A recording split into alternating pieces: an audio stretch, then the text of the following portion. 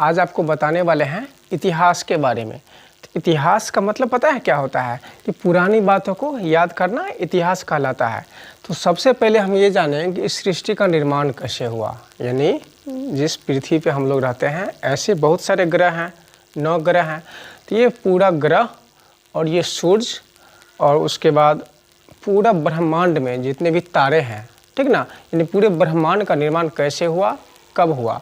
तो सृष्टि का निर्माण के बारे में और फिर उसके बाद डायनासोर का राज कितने दिन तक रहा, उसके बाद फिर मानव की उत्पत्ति इस पृथ्वी पर कितना साल पहले हुई, कैसे अपना जीवन जीना सीखा, कैसे खेती करना सीखा, इस सभी को बिल्कुल क्रमवार तरीके से अध्ययन करेंगे। तो आइए इस वीडियो को हम ये जानें कि इतिहास क्या है, इतिहास किसे कहते हैं या फिर इतिहास की परिभाषा क्या है। सब एक ही बात है। इतिहास के सबसे पहले इसको भी ये जान लो कि इतिहास के जो पिता है यानी इतिहास का जनक हेरोडोटस को कहा जाता है, जो कहाँ के रहने वाले थे, आपके यूनान के रहने वाले थे। कहाँ के? यूनान देश के रहने वाले थे हेरोडोटस, जिन्होंने ये दुनिया को बताया सबसे पहले हिस्ट्री यानी कि इतिहास के बारे में। तो इतिहास को 3 भागों में बांटा गया है। पहला है प्राचीन इतिहास, ठीक ना, जो आज से लगभग 6000 वर्ष पूर्व जब मानव जाति पूर्ण रूप से विकसित हो चुका था तब के बारे में। उसके बाद है मध्यकालीन इतिहास, जो 5वीं शताब्दी से 15वीं शताब्दी के बीच रहा। उसके बाद है आधुनिक इतिहास। तो इसमें इतिहास जानने से पहले हम थोड़ा सा ये चर्चा करेंगे कि सृष्टि की रचना कैसे हुई। ठीक, तो पहले ये जानो कि इतिहास का परिभाषा क्या होता है, उसके बाद हम जानेंगे सृष्टि की रचना के बारे में। तो इतिहास का मतलब होता है पुरानी बातों को याद करना। इसी को व्यवस्थित ढंग से अगर बोलेंगे तो इतिहास मानव जीवन में पहले से जो भी घटनाएं घटित हो चुकी है, यानी कि मानव जीवन में पहले से जो भी घटनाएं घटित हो चुकी है उसे क्रमवार तरीकों से अध्ययन करना ही इतिहास कहलाता है, ठीक ना। तो ये हुआ इतिहास का परिभाषा। अब ये हम जानेंगे कि इतिहास का डिटेल, ये प्राचीन काल, मध्यकालीन काल, मध्यकालीन इतिहास और आधुनिक इतिहास, इन सब से पहले थोड़ा सा ये जान लेते हैं कि इस ब्रह्मांड की रचना कैसे हुई, कैसे सूर्य कब बना, ये जितने भी 9 ग्रह हैं, ये पृथ्वी, बुध ग्रह, बृहस्पति ग्रह, ये सभी ग्रहों का निर्माण कब हुआ। तब हम धीरे धीरे क्रमवार तरीके से इसका अध्ययन करें। तो आइए सबसे पहले हम जानते हैं इस सृष्टि का निर्माण यानी कि संपूर्ण ब्रह्मांड, ठीक ना, जिसमें आपके सूर्य, चांद, तारे, पृथ्वी, जितने भी ग्रह और उपग्रह है, जितने भी तारे वारे सब इसमें आ जाता है पूरे ब्रह्मांड में, ठीक ना। तो सबसे पहले हम ये जाने कि आज से लगभग तो 13.5 या 14 अरब वर्ष पहले की बात है।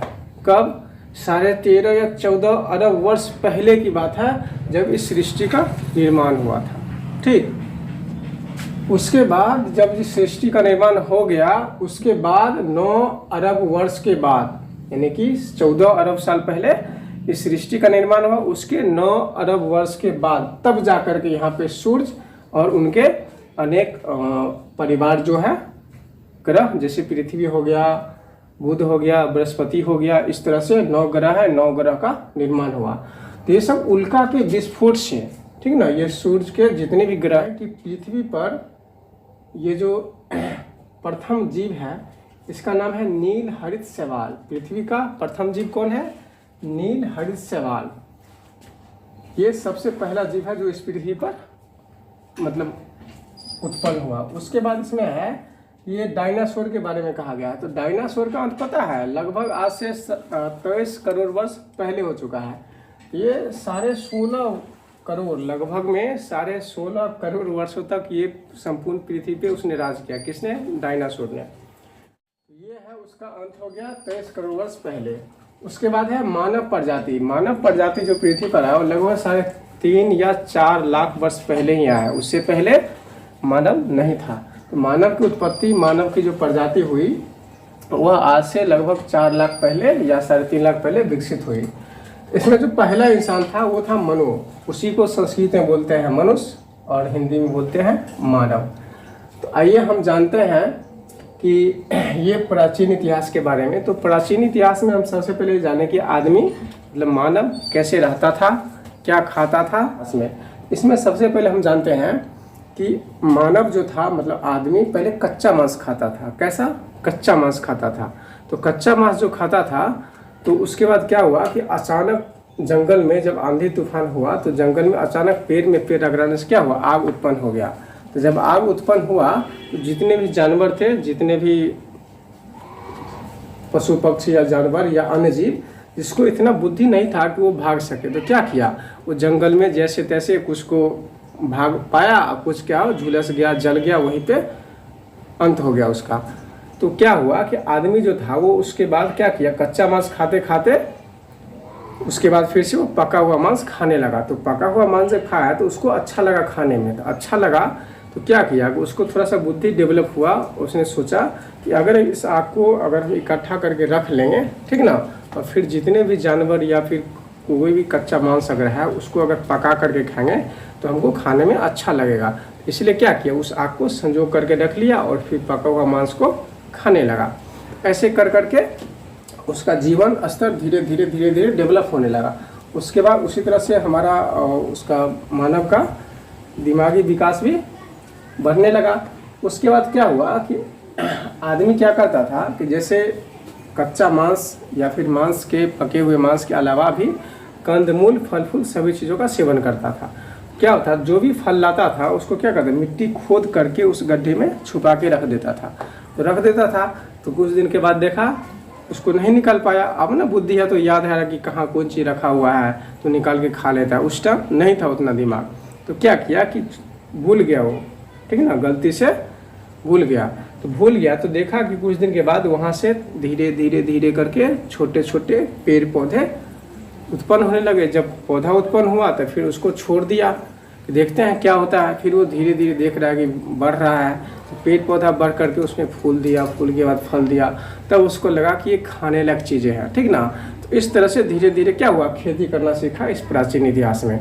ऐसे में बहुत सारे फल को एक जगह इकट्ठा करके ज़मीन के नीचे ढक देता था, फिर देखता था बहुत सारा पेड़ पौधा हुआ, उसमें से सारा अनाज हुआ, फल फूल हुआ। इस तरह से सभी चीज़ों के बारे में वो क्या किया, तो उसको अन्न को उगाना शुरू कर दिया। और फिर आदमी सब क्या हुआ, समूह में रहने लगा। पहले जहाँ तहाँ जो करता था, उसके बाद क्या हुआ, जब अनाज उगाना शुरू किया तो समूह में रहने लगा, क्योंकि उसको खाने की वस्तु एक ही जगह मिल जाया करती थी। फिर धीरे धीरे आदमी का उसके बाद क्या हुआ कि आदमी जो है वो पहले बोलना उलना नहीं जानता था। आज ना हम हिंदी जानते हैं, कोई संस्कृत जानता है, कोई इंग्लिश जानता है, कोई अन्य भाषा जानता है। पहले ये सब नहीं था। तो भाषा का जो विकास हुआ, भाषा का विकास हुआ कि पहले पता है सब जितना भी मनुष्य था सबके सीधे हुलाला जानता था, हुर्र तो हुर्र, ठीक ना। उसी तरह से फिर धीरे धीरे जब भाषा का विकास हुआ तो सभी जानवर या आदमी सब अपने अपने जाति में वो अपने अपने भाषा को समझने के लिए, इंटीग्रेट करने के लिए क्या किए, एक दूसरे को कुछ कह के या इशारे से या जैसे भी हो उस तरह से अपना एक दूसरे का संदेश एक दूसरे तक पहुंचाने लगा। ये था हमारा प्राचीन इतिहास, जिसमें हमने जाना कि आदमी कैसे रहता था और क्या खाता था, फिर कैसे धीरे धीरे धीरे धीरे डेवलप हुआ और फिर कहाँ से कहाँ तक पहुँचा। ये लगभग आपको 6,500 ईस्वी पूर्व की बात है, जहाँ पे मानव बस्तियाँ पाई गई थी। उसके बाद है आपका मध्यकालीन इतिहास। तो मध्यकालीन इतिहास जो है, इसमें मुख्य रूप से यूरोप में या फिर अन्य देशों में, पश्चिमी देशों में व्यापार का क्रमिक विकास हुआ। तो व्यापार का मतलब आजकल पता है मंदिर जो हम बनाते हैं, पहले फोन था नहीं था। तो पहले फ़ोन नहीं था, अभी तो फ़ोन है, तुरंत यहाँ से वहाँ फ़ोन कर दो, हाँ भाई इस राज्य में इस चीज़ का ये रेट है, उस राज्य में इस चीज़ का इतना रेट है, तो यहाँ से ले जा कर के वहाँ सेल कर देता है, बेच देता है। पहले ये सब नहीं था। तो मंदिर में जो भी था, तो मंदिर बनाता था, मंदिर में बहुत सारे लोग इकट्ठा होकर के रहते थे। तो वहाँ पे इकट्ठा होकर के रहने के बाद क्या हुआ कि आदमी आपस में चर्चा करता था कि बंगाल में फलाने वस्तु का इतना रेट है, फिर चले जाओ महाराष्ट्र में तो वहाँ पे इस वस्तु का इतना रेट है। तो धीरे धीरे क्या करा, वहाँ से खरीदता था, वहाँ जाके बेच देता था। तो व्यापार लोग क्या करता था, अधिक मुनाफा कमाता था। तो उसके बाद ये मध्यकालीन इतिहास में सीखा।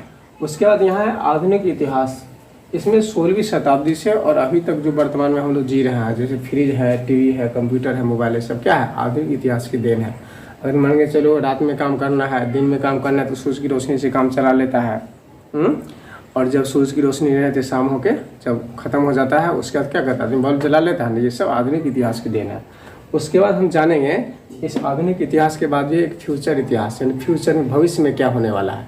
हम ये बता दें थोड़ा सा 2 लाइन उसके लिए कि आज से ठीक जैसे अभी 2023 चल रहा है, तो 2050 या 2060, 70, 80 ईयर में कभी ऐसा होगा कि जैसे घड़ी विलुप्त हो गया ना। क्यों? क्योंकि मोबाइल आ गया और कैलकुलेटर भी वो सब मोबाइल में है, तो इसलिए घड़ी ख़त्म हो गया।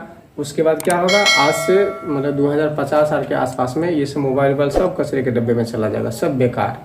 सिर्फ स्मार्ट कार्ड चलेगा, उसी कार्ड में आपका फ़ोन भी आएगा, फ़ोन भी होगा, कैलकुलेटर भी, जो भी मोबाइल में अभी फंक्शन है सारा चीज़ रहेगा। उसके बाद पेन कार्ड, ATM कार्ड, आधार कार्ड, ये फलाना ठिकाना अलग से रखने की कोई जरूरत, एक ही स्मार्ट कार्ड में सब कुछ रहेगा। ठीक।